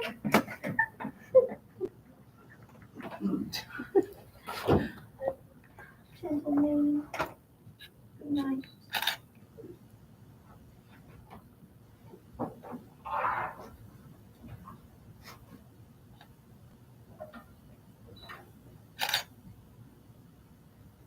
If the wind turns, I hit a squall. Somehow the ground find its brutal way to me. If I fall on this day, what comes here? I think it is the weakness of mine eyes that shapes this monstrous apparition. Art thou some god? Some angel or some devil? Speak to me what thou art. Thy evil spirit, Brutus, Why comest thou? to tell thee thou shalt see me at Philippi. Well then I will see thee again. Aye. At Philippi. Why, I will see thee at Philippi then.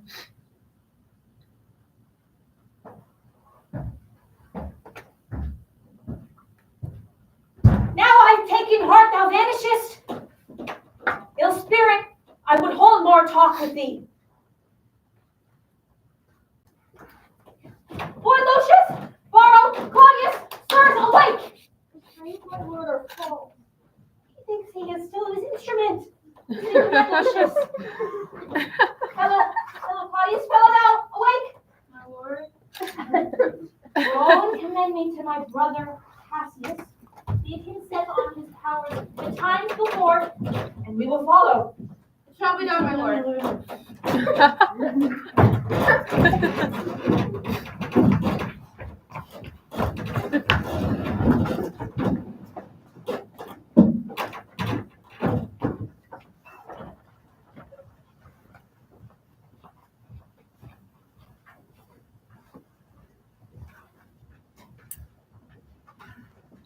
Now, Antony, our hopes are answered.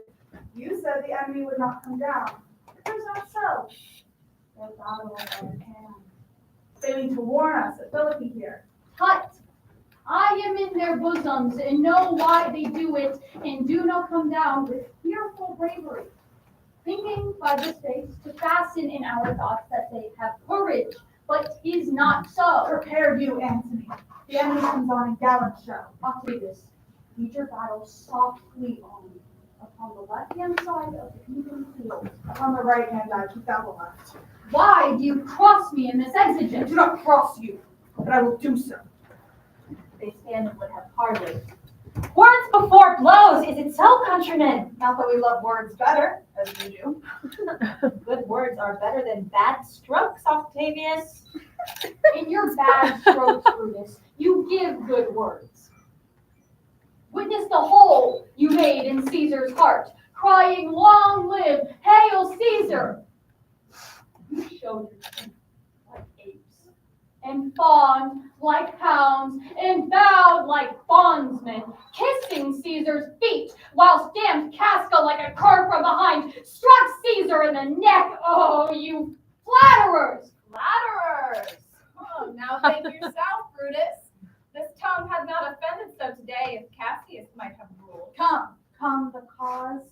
If arguing make us sweat, the proof of it will turn to redder drops. And I was not born to die on Brutus's sword.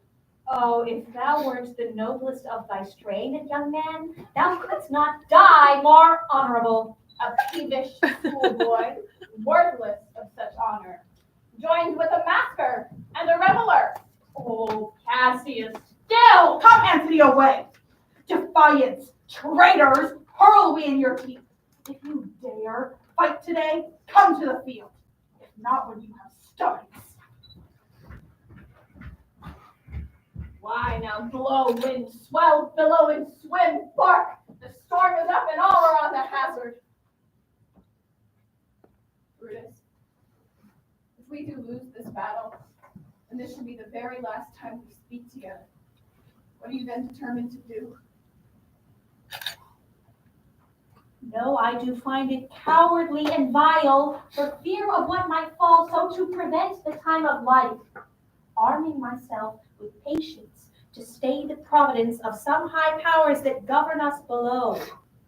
That if we do lose this battle, you are contented to be led in triumph through the streets of Rome? No, Cassius, no. Think not the noble Roman that ever Brutus will go bound to Rome. He bears too great a mind. But this same day must end that work the Ides of March begun. And whether we shall meet then, I know not.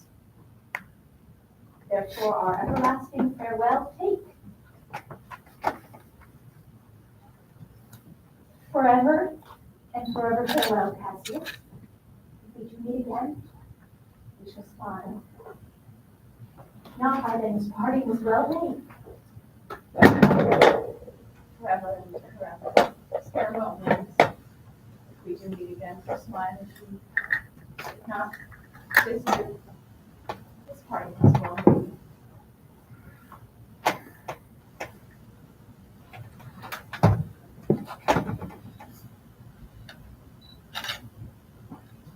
By then lead on.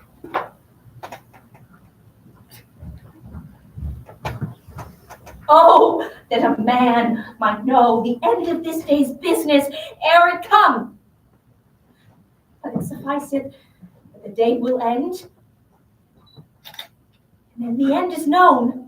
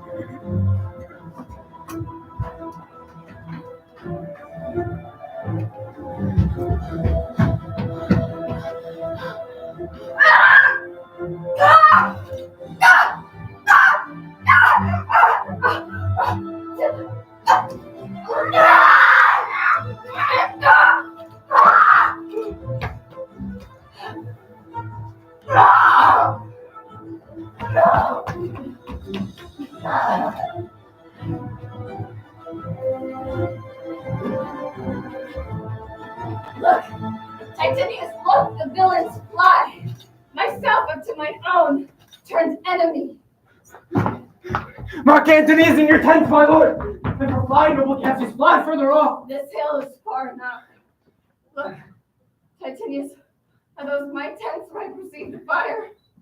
They are, my lord. Titanius, if thou lovest me, mount thou my horse, and hide thy spurs in him till you brought thee up to yonder troops and here again, that I might rest assured whether yon troops are friend or enemy. He'll be here again, even with the pot. Oh, Pandarus get higher on that hill, my strength was everything. Regard, Titanius, and tell me what thou noticed about the field. My life is run as compass. Oh, my lord! What news? Titanius is enclosed round about. Yet he spurs on. Now some like. Yet he likes too. He's.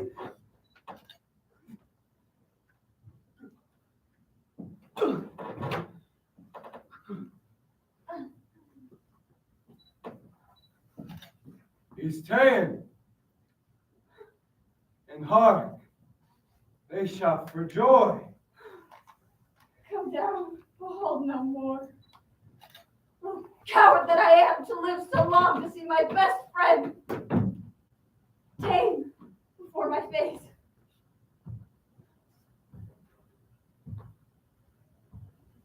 Come hither, good sir, and with this good sword that ran through Caesar's bowels, search this bosom. And when my face is covered, as 'tis now, guide thou the sword. Oh! God! Caesar, thou art revenged, even with the sword that killed thee.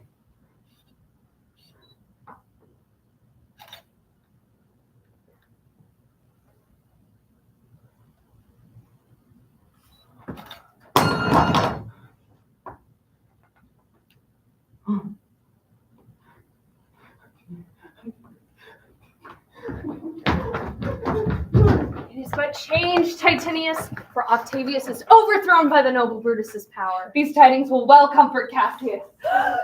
Is not that he that lies upon the ground? He lies not like the living. Oh, my heart, is not that he? No, this was he, Messala. But Cassius is no more. O setting sun, as in thy red rays thou dost sink tonight, so in his red blood Cassius's day is set. The sun of Rome is set. Our day is done. What, Pandarus? Where art thou, Pandarus? Seek him, Titanius, whilst I go meet the noble Brutus. Sing this report into his ears. Hide him, Messala.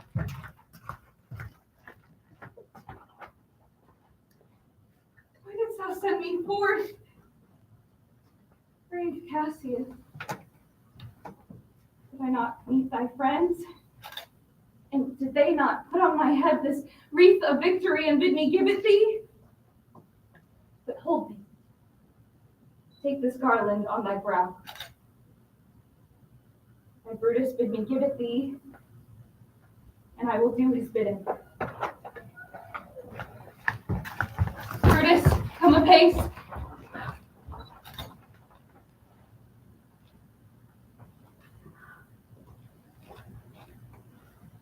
O Julius Caesar, thou art mighty yet.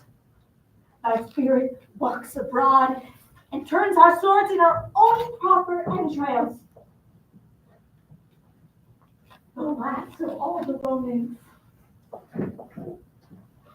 Very well. It is impossible that ever Rome should grieve thy fellow. Brenda, I owe more tears to this dead man than you shall see me pay. I shall find time, Cassius. I shall find time. 'Tis 3 o'clock at Romans yet ere night. We shall try fortune in a second fight.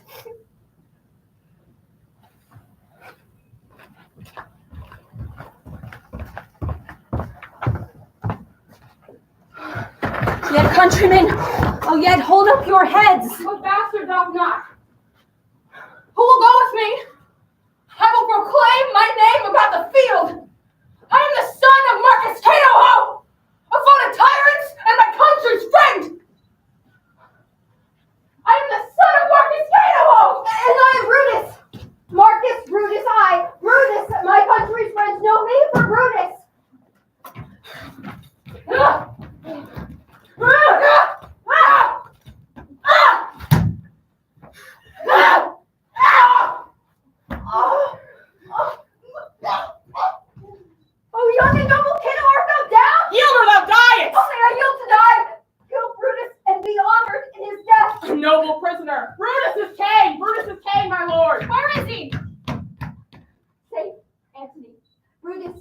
enough. I dare assure thee that no enemy shall ever take alive the noble Brutus. When you do find him, alive or dead, he will be found like Brutus, like himself. This is not Brutus, friend. But I assure you, a prize no less in worth. Keep this man safe. Give him all kindness. I'd rather have such men my friends than my enemies. Go on, and see whether Brutus be alive or dead, and bring us word how everything is chanced.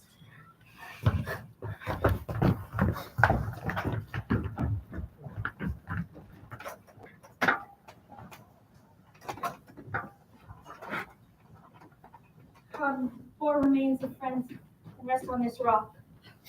Satilius hath sure the torchlight, but my lord, he came not back. He's a tainer slain. Slaying is the word, it is indeed in the fashion. Hardly quite it. What, I'm my lord? No, no, not for all the world, no! No words. I'd rather kill myself. What ill request did Brutus make to kill him, brother? Look, he meditates. Now leaves that noble vessel full of grief. Come hither, good Volumnius, list a word. Such as my lord. This Volumnius. The ghost of Caesar hath appeared to me several times by night. I know my hour is come. Not so, my lord. Nay, I am sure it is Volumnius. Thou seest the world, Volumnius, how it goes. Our enemies have beat us to the pit. It is more worthy to leap in ourselves than tarry till they push us. Good Volumnius, hold thou my sword hilts whilst I run on it. It's not an office for a friend. My lord. Why, my lord? There's no tarrying here. Lucius, thou hast been asleep all this while. I shall have glory by this losing day, more than Octavius and Mark Antony by this vile conquest shall attain unto. Mine hangs upon mine eyes, my bones would rest. Why, my lord? Why? Hence I will follow. Prithee, Lucius, stay thou by thy lord. Thou art a fellow of good respect. My life hath had a snatch of honor in it. Hold then my sword, and turn away thy face, while I do run upon it. Wilt thou, Lucius? Give me your hand first.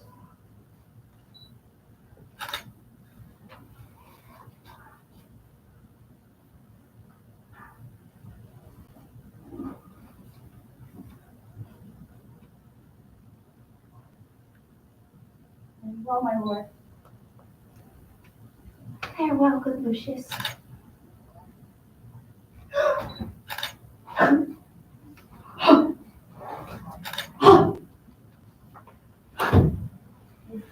Caesar, now be still. I killed not thee with half so good a will.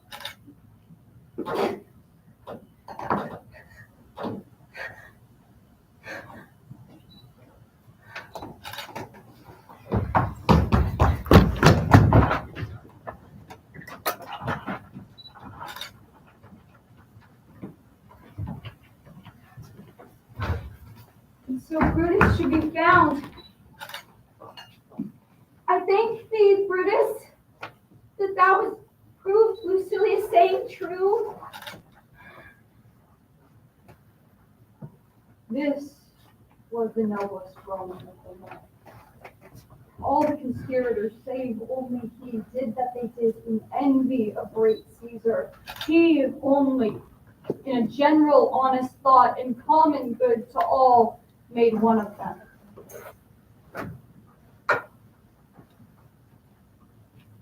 According to his virtue, let us use him, with all respect and rights of burial. Within my tent, his bones tonight shall lie most like a soldier, ordered on our wood. So call the field to rest, and let's away, to part the glories of this happy day.